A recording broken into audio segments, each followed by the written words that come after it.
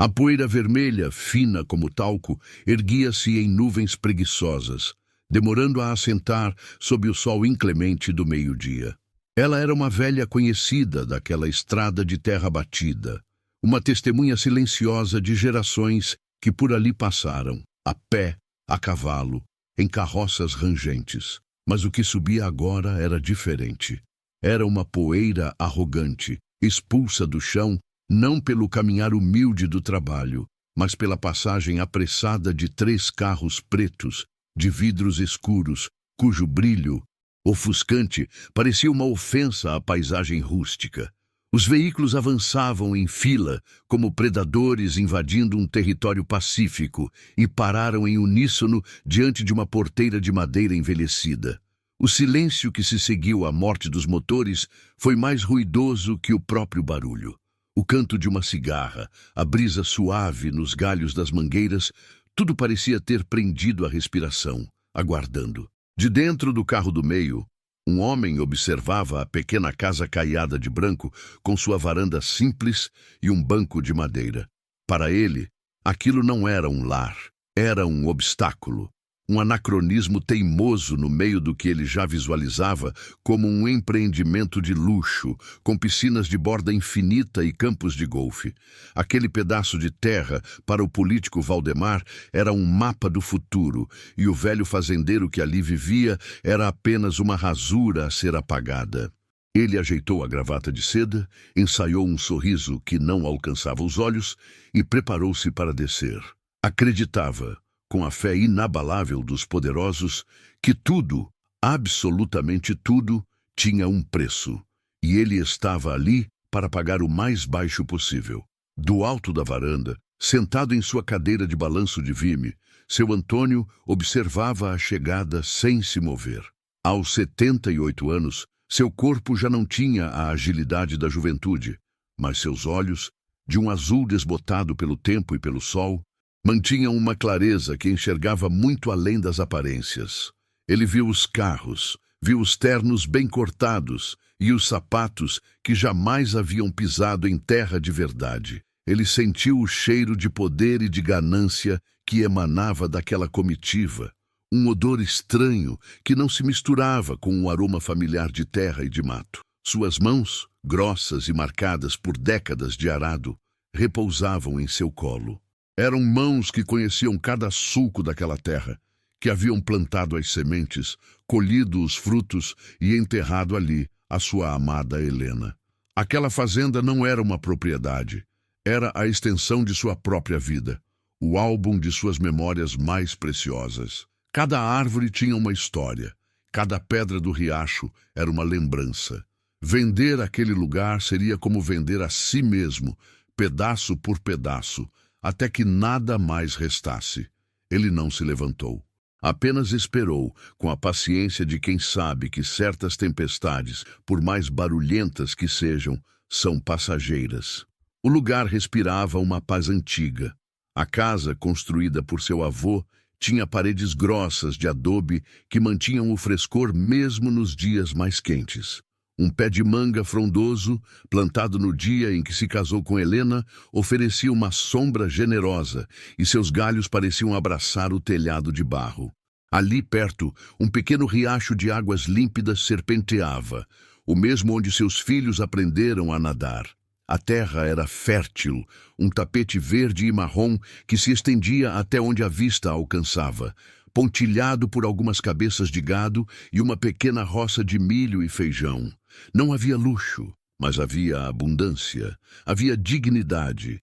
Era um ecossistema de afeto, onde o trabalho duro se convertia em sustento e o tempo era medido pelas estações, não pelo relógio.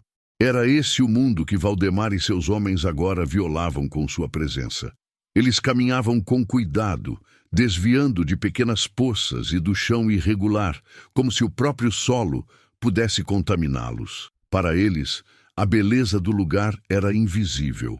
O que viam era potencial imobiliário, metros quadrados, lucro. A paz daquele cenário, para eles, era apenas o silêncio que precede a demolição, o vazio a ser preenchido pelo concreto. A porta do carro do meio se abriu, e Dr. Valdemar, Desceu.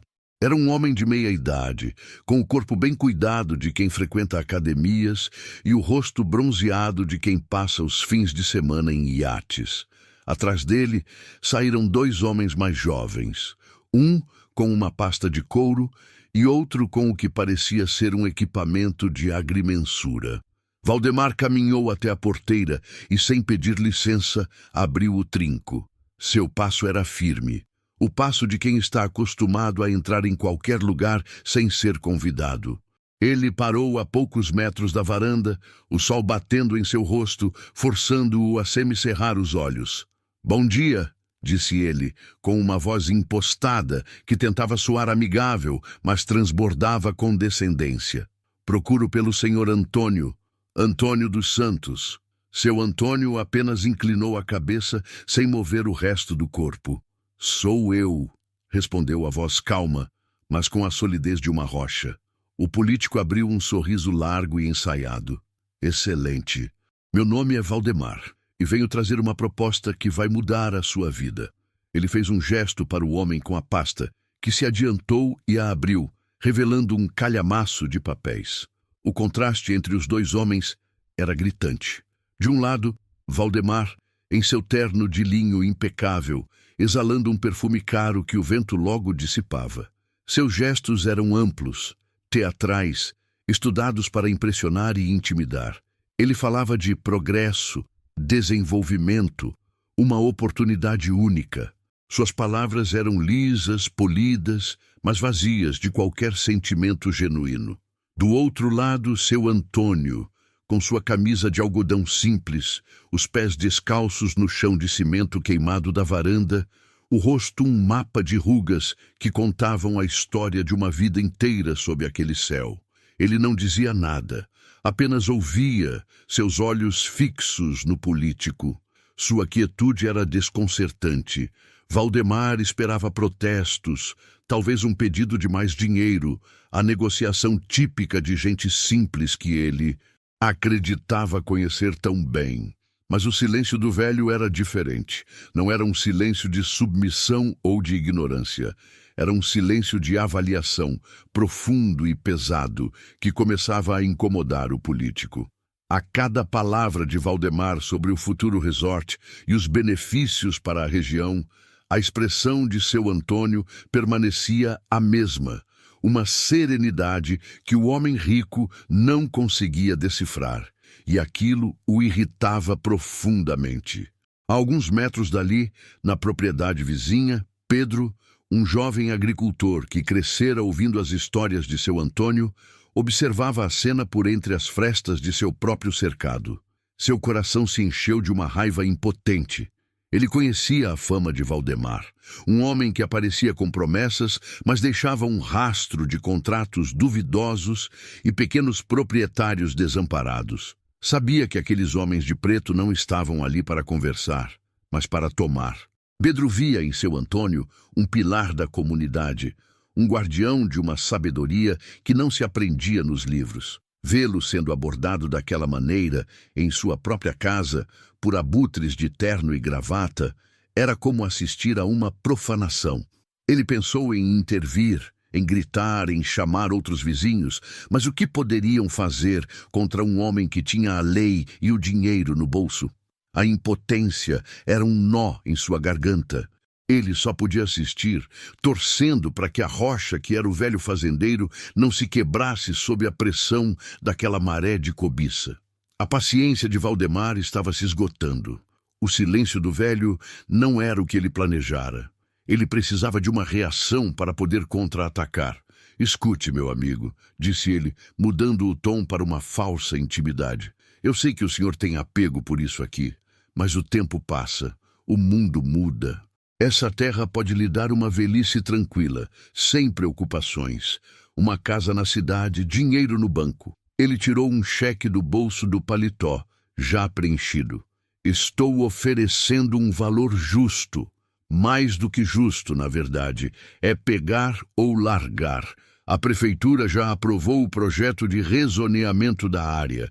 Em outras palavras, lutar contra isso é inútil. Será muito mais doloroso para o Senhor se tivermos que resolver isso de outra forma. A ameaça antes velada agora estava clara. O sorriso de Valdemar sumiu, substituído por uma máscara de frieza calculista. Ele não estava mais negociando. Estava dando um ultimato. O ar ficou ainda mais pesado, carregado com a tensão da escolha que era imposta a seu Antônio: render-se ou ser esmagado. Valdemar, sentindo que a intimidação final faria o velho ceder, deu um passo à frente, quase invadindo a varanda. Ele apontou com o queixo para a grande mangueira que sombreava a casa. Vamos começar por ali. Aquele seu pé de manga antigo será o primeiro a cair para abrirmos espaço para a entrada principal do condomínio. Foi o seu erro fatal. Ele não podia saber que não estava apenas apontando para uma árvore, mas para o coração das memórias de seu Antônio. Pela primeira vez, o velho fazendeiro se mexeu. Ele se apoiou nos braços da cadeira e, com um esforço visível, ficou de pé. Seus olhos azuis, antes calmos, agora tinham um brilho intenso, uma chama que o político nunca vira antes. Ele não olhou para o cheque, nem para os papéis. Olhou diretamente para Valdemar, um olhar que parecia atravessá-lo. O silêncio foi quebrado, não por um grito de raiva ou um lamento de derrota, mas por uma pergunta, feita com uma voz baixa e firme, que cortou o ar como uma lâmina afiada. O senhor tem certeza que quer mexer aí, doutor, justo debaixo daquele pé de manga? A pergunta pairou no ar, carregada de um significado oculto. O sorriso de Valdemar vacilou. Havia algo naquela pergunta, um conhecimento secreto, uma armadilha invisível que ele não conseguia enxergar. E pela primeira vez naquele dia, o homem todo-poderoso sentiu um arrepio de incerteza percorrer sua espinha. Aquele silêncio, denso e antigo, começou a irritar o político. Ricardo esperava gritos, súplicas, talvez até uma negociação desesperada. Mas o que recebeu foi a calma de um rio profundo, uma serenidade que sua riqueza não podia comprar nem intimidar. Ele estalou os dedos, e um de seus assistentes, um jovem de terno engomado e olhar nervoso, aproximou-se com uma pasta de couro. Ricardo a pegou sem desviar os olhos de Arlindo, o gesto calculado para demonstrar poder e inevitabilidade. Abriu-a sobre o capô do carro, revelando mapas, plantas e documentos com selos oficiais. Veja bem, senhor Arlindo, começou ele, a voz agora tingida de uma falsa paciência, como um professor se dirigindo a uma criança teimosa. Isto aqui é a planta do novo complexo turístico. Vai trazer empregos, progresso, sua propriedade é a peça final do quebra-cabeça. O governo já aprovou o projeto de desapropriação por utilidade pública. A minha oferta é uma cortesia, uma forma de evitar que o senhor saia daqui com o valor irrisório que o Estado lhe pagaria. Ele apontou para uma linha vermelha que cortava impiedosamente o desenho da fazenda no mapa. Para Ricardo, era apenas uma linha em um papel. Para Arlindo, era a cerca que seu avô erguera com as próprias mãos, a trilha por onde sua esposa caminhava ao entardecer, o limite do riacho onde seus filhos aprenderam a nadar. Cada centímetro daquele traço vermelho era uma faca rasgando a tapeçaria de sua vida. O velho fazendeiro finalmente moveu-se. Ele deu um passo à frente, não em direção ao carro ou aos papéis, mas em direção à porteira. Com as mãos calejadas, ele tocou a madeira gasta, um gesto de carinho, de pertencimento. Então virou-se lentamente e seus olhos, antes apenas serenos, agora continham uma centelha de desafio. Progresso, ele disse, a voz rouca, mas firme como as raízes da figueira centenária que sombreava a casa. O senhor chama de progresso destruir a única fonte de água pura da região para construir piscinas? Chama de progresso pavimentar a terra que alimenta dezenas de famílias para que os seus amigos ricos possam descansar no fim de semana?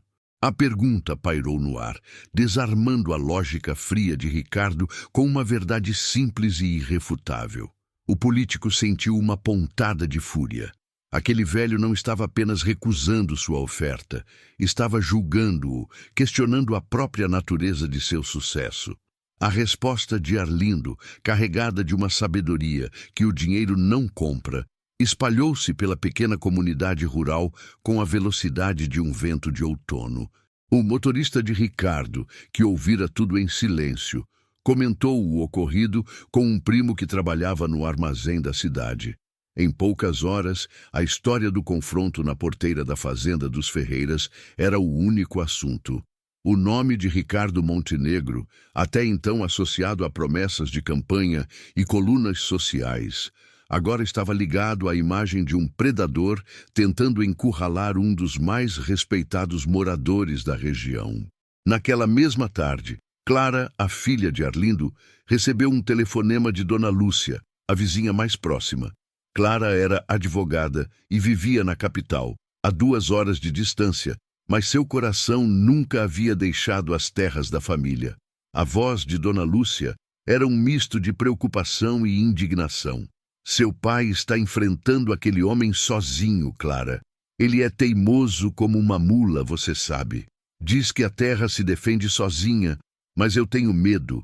Esse Montenegro tem poder, tem contatos. O sangue de Clara gelou. Ela conhecia a teimosia do pai, uma força da natureza que ela tanto admirava quanto temia. Mas também conhecia o tipo de homem que era Ricardo Montenegro.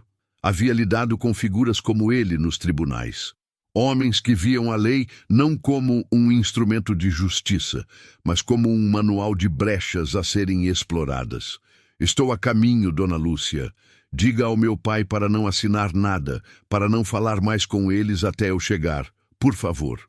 Desligou o telefone e, em questão de minutos, jogou alguns documentos importantes em uma pasta, pegou a chave do carro e saiu do escritório, ignorando os olhares confusos de seus colegas. Enquanto dirigia pela estrada que a levaria de volta para casa, a imagem do pai, de pé, sozinho contra a arrogância de Montenegro, enchia seus olhos de lágrimas e seu coração de uma fúria protetora. Ela não era apenas uma advogada indo defender um cliente, era uma filha indo proteger um legado. A luta não era mais apenas de seu Arlindo, agora era de toda a família. Ricardo Montenegro, por sua vez, retornou à sua mansão temporária na cidade com um sentimento que raramente experimentava: frustração. Ele estava acostumado a ter suas ordens cumpridas, seus desejos atendidos. A resistência passiva daquele velho camponês era um insulto à sua autoimagem de homem imbatível.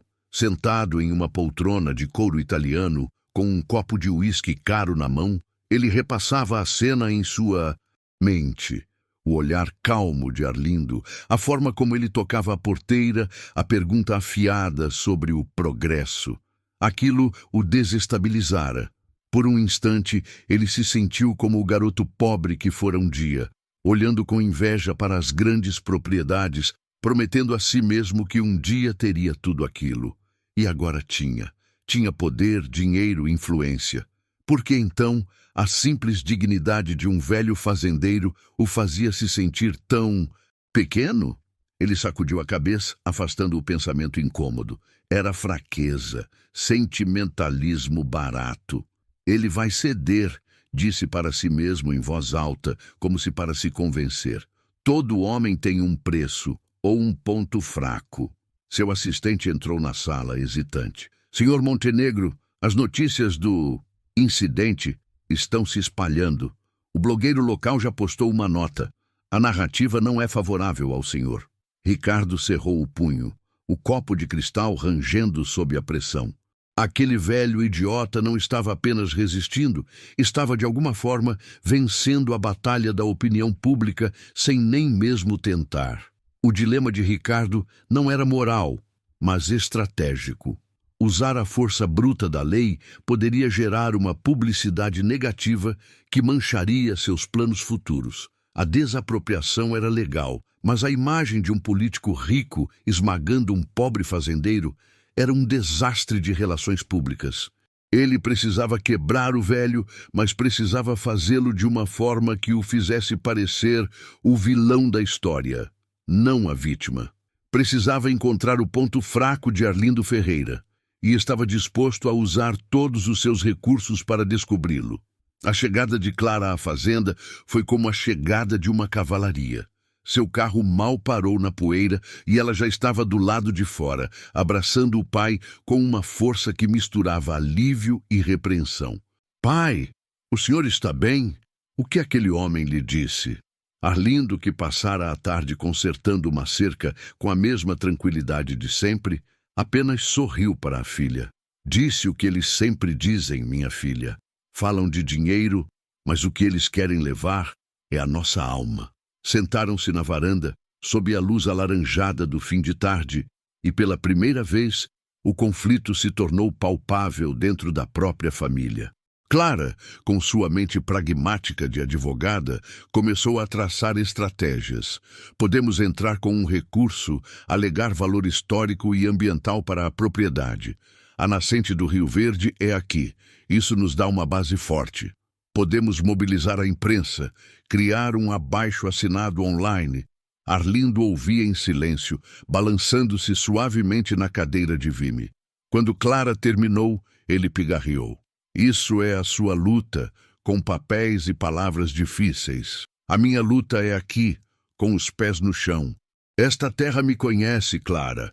Ela sabe que eu não vou abandoná-la. A divergência entre eles era clara. Clara acreditava na lei, no sistema que, apesar de falho, era a arena onde se travavam as batalhas modernas.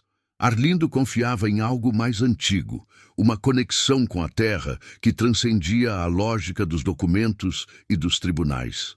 Pai, eu te amo e respeito, mas a sua fé não vai parar um trator, disse ela, a voz embargada pela preocupação.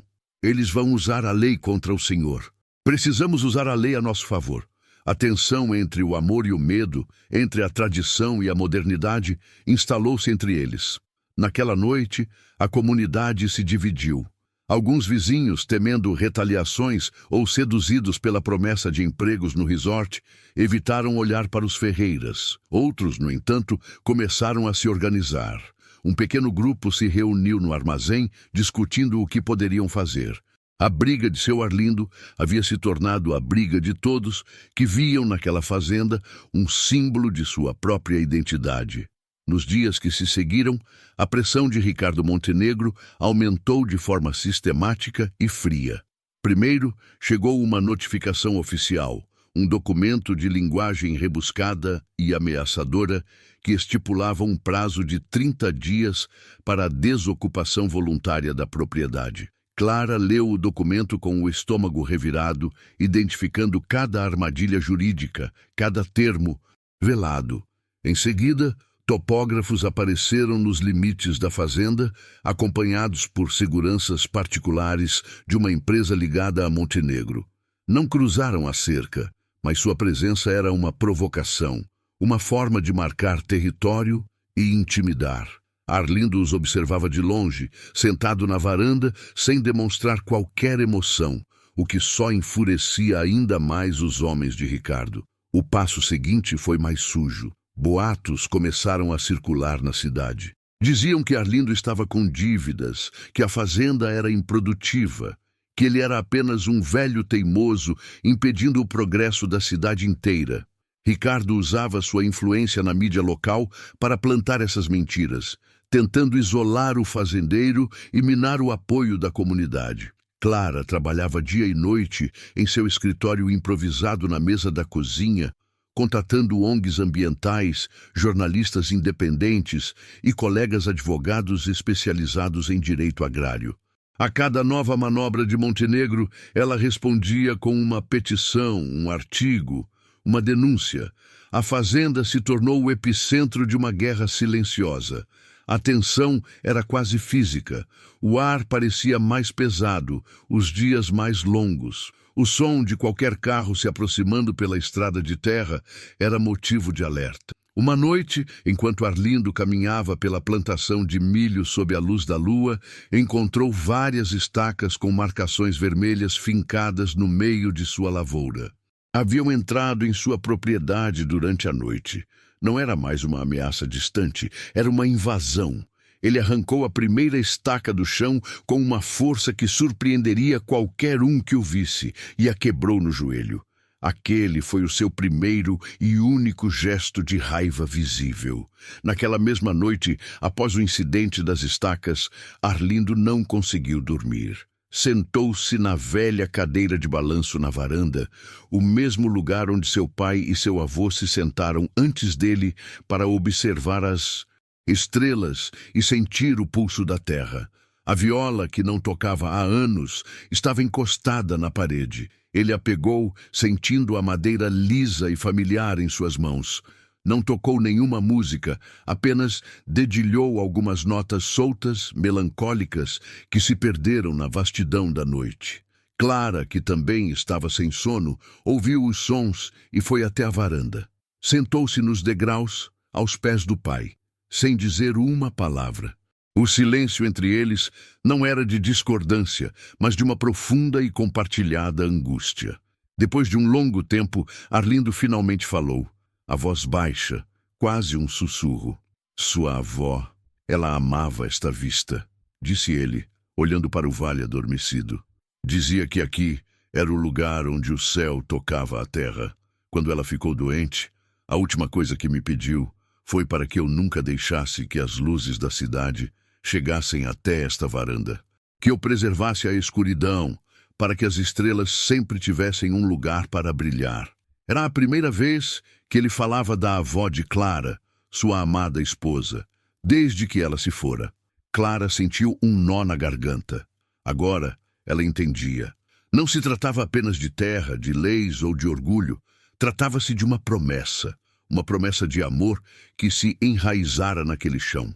Ele não vai conseguir, pai, disse ela, colocando a mão sobre o joelho dele. Nós não vamos deixar. Arlindo olhou para a filha e em seus olhos havia mais do que determinação.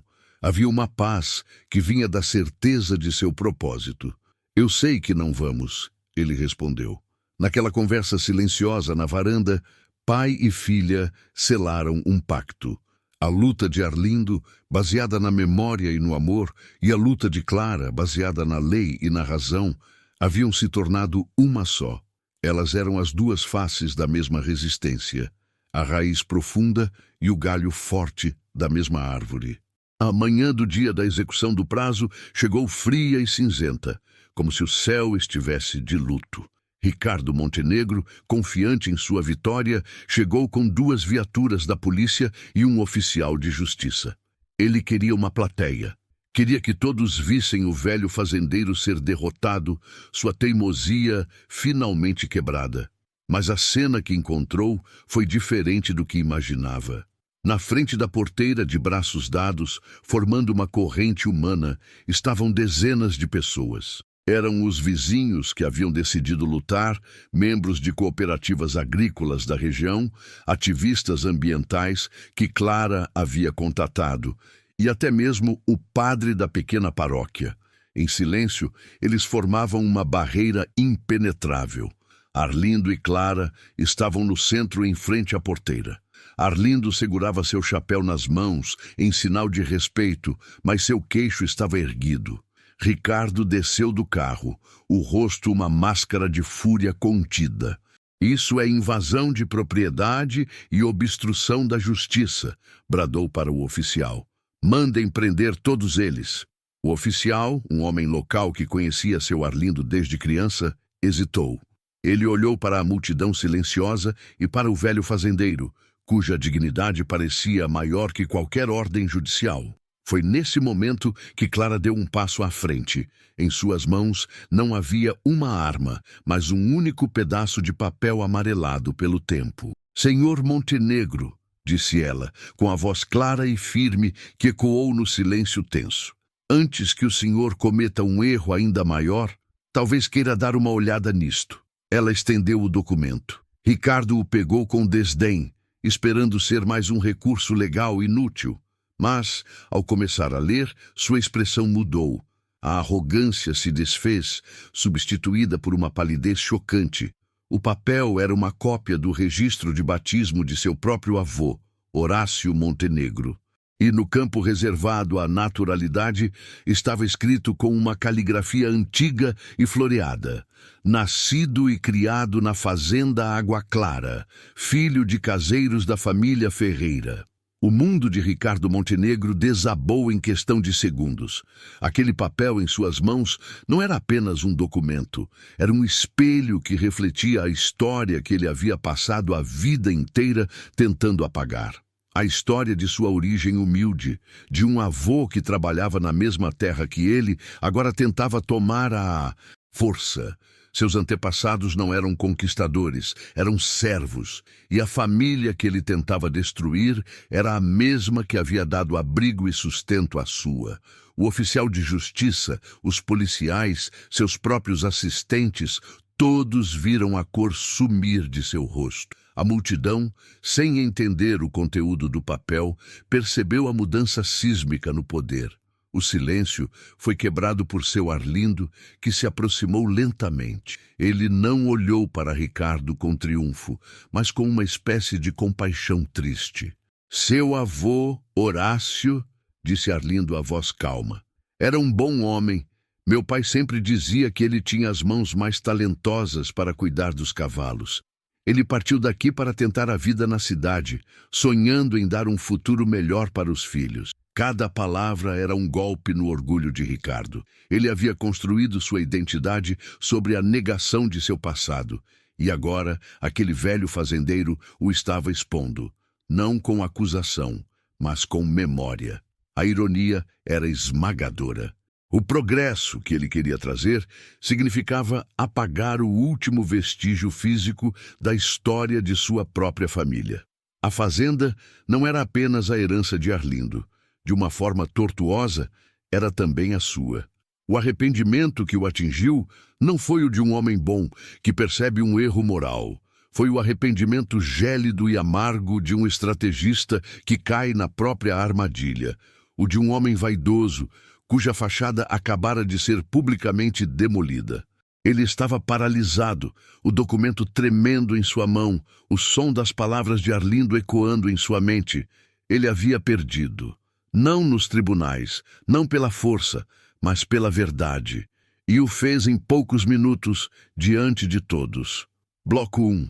O silêncio na sala de imprensa era denso, pesado como a lama, que naquele exato momento era a protagonista no telão.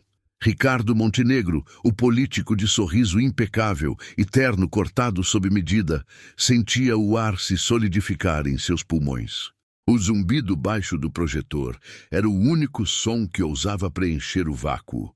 Um ruído monótono que parecia zombar da grandiosidade de seus planos. Seus olhos, antes brilhantes de autoconfiança, estavam agora fixos na imagem que desmentia cada palavra que ele se preparara para proferir.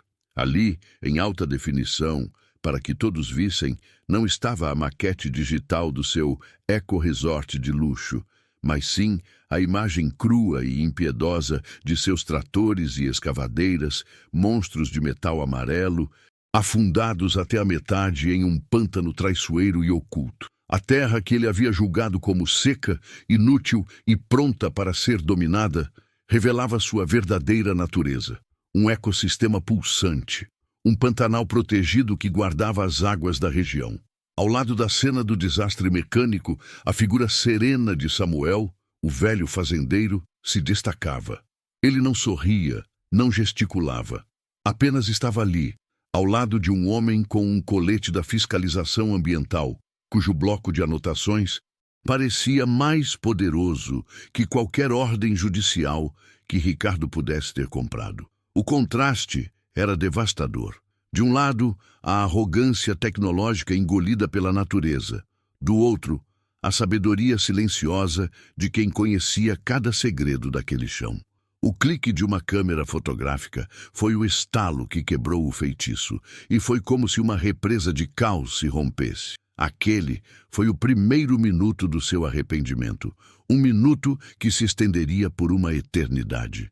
Bloco 2. O que se seguiu foi uma avalanche. A sala, antes paralisada, explodiu em um frenesi de perguntas, flashes e murmúrios que cresciam em volume e intensidade. "Senhor Montenegro, pode explicar essas imagens?" gritou uma repórter da primeira fila. "Isso é uma área de preservação ambiental", berrou outro, já com o celular transmitindo ao vivo. Ricardo abriu a boca, mas nenhum som saiu. As palavras ensaiadas, os discursos sobre progresso e sustentabilidade, transformaram-se em cinzas em sua garganta. Seus assessores, antes postados como estátuas confiantes, agora se moviam em pânico desordenado, cochichando uns com os outros, os rostos pálidos de quem assiste a um naufrágio em tempo real. O celular de Ricardo, esquecido sobre o púlpito, começou a vibrar incessantemente. Eram os investidores, os parceiros políticos, os financiadores do projeto. Cada vibração era um prego sendo martelado no caixão de sua carreira e de sua fortuna. O prejuízo não era mais uma possibilidade abstrata. Era uma hemorragia financeira e de reputação acontecendo diante das câmeras. As máquinas atoladas representavam milhões perdidos em equipamento e multas ambientais que certamente viriam. O projeto do resort, o sonho de sua vida, estava morto, afogado naquela lama antes mesmo de a primeira pedra ser lançada. A humilhação pública era total, transmitida para milhares de telas, imortalizada em memes e manchetes que já estavam sendo escritas. Aquele pântano não havia engolido apenas seus tratores, havia engolido seu nome, seu futuro e a imagem de poder que ele levara décadas para construir. Em minutos, ele passara de visionário a vilão, de mestre do jogo a piada nacional. Bloco 3. A reação de Ricardo quando finalmente conseguiu se mover foi a de um homem quebrando por dentro.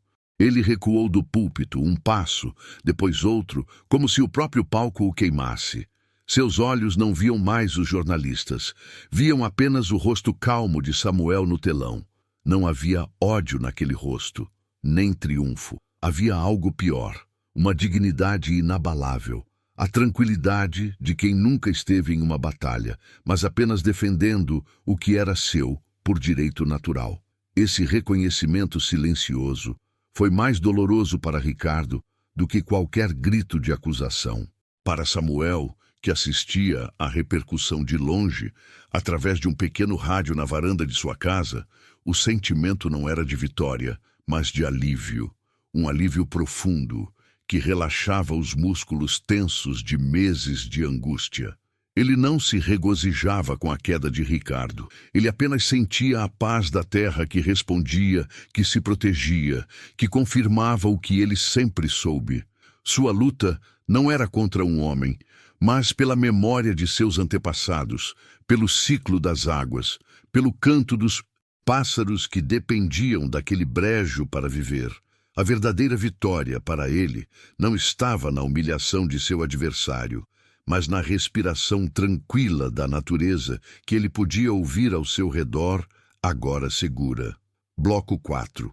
A notícia se espalhou como fogo em pasto seco. O pântano de Montenegro, como foi apelidado pela mídia, tornou-se um símbolo nacional. Grupos ambientalistas usaram o caso como um estandarte, uma prova viva de como a ganância corporativa e política frequentemente subestima a sabedoria da terra e de seus guardiões. Universidades iniciaram estudos sobre a resiliência daquele ecossistema específico, e a pequena propriedade de Samuel, antes ignorada pelos mapas de desenvolvimento, tornou-se um ponto de interesse para biólogos e ativistas. A história do velho fazendeiro que, com conhecimento e paciência, defendeu sua herança contra um gigante político, virou uma fábula moderna sobre Davi e Golias. As consequências sociais foram muito além do escândalo. A cidade vizinha, que havia sido seduzida pelas promessas de empregos e turismo do resort, começou um debate profundo sobre seu próprio futuro. As pessoas passaram a olhar para as terras ao redor, não mais como lotes a serem vendidos, mas como um patrimônio a ser compreendido e preservado. A derrota de Ricardo Montenegro semeou uma consciência coletiva. Ele, que queria construir um império de concreto, acabou, ironicamente, construindo um monumento à importância da preservação ambiental. Sua derrocada forçou uma conversa que a sociedade vinha adiando sobre o verdadeiro significado de progresso e o preço real do desenvolvimento a qualquer custo. Bloco 5. Nos dias que se seguiram, Ricardo enfrentou seu dilema no silêncio de seu escritório luxuoso, que agora parecia uma tumba. Ele podia lutar, usar seus contatos restantes, seus advogados caros, para arrastar o processo por anos, negando, acusando, tentando salvar fragmentos de sua imagem. Ou podia aceitar. Aceitar que havia perdido não para um velho fazendeiro, mas para algo muito maior, a verdade da terra. O arrependimento que começou como um choque de humilhação pública agora se aprofundava em algo mais amargo. Ele se deu conta de que seu erro fundamental não foi ter sido descuidado ou mal assessorado. Seu erro foi o desprezo. Ele havia olhado para Samuel e visto um obstáculo insignificante. Olhou para a terra e viu apenas um recurso a ser explorado. Nunca lhe ocorreu que o velho e seu chão possuíam um conhecimento que seu dinheiro não podia comprar e que sua tecnologia não podia mapear.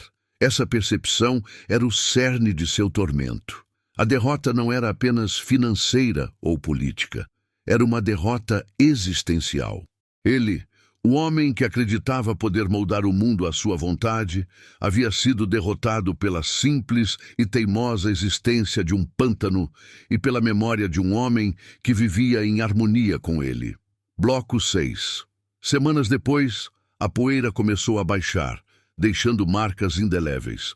Ricardo Montenegro desapareceu da vida pública. Foi visto uma única vez saindo de um prédio comercial, não mais com seu motorista, mas a pé, o terno caro parecendo um disfarce mal ajustado em um homem visivelmente envelhecido e curvado pelo peso de sua queda. Ele não olhava para os lados, apenas para o concreto do chão, como se temesse que até o asfalto pudesse se rebelar contra ele.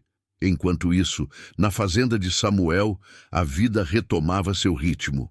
As marcas dos pneus dos tratores, antes cicatrizes de violência na terra, agora eram poças rasas, onde libélulas dançavam e a vegetação rasteira começava a reconquistar seu espaço. Samuel não visitava o local do pântano para celebrar. Ia em silêncio ao amanhecer para observar.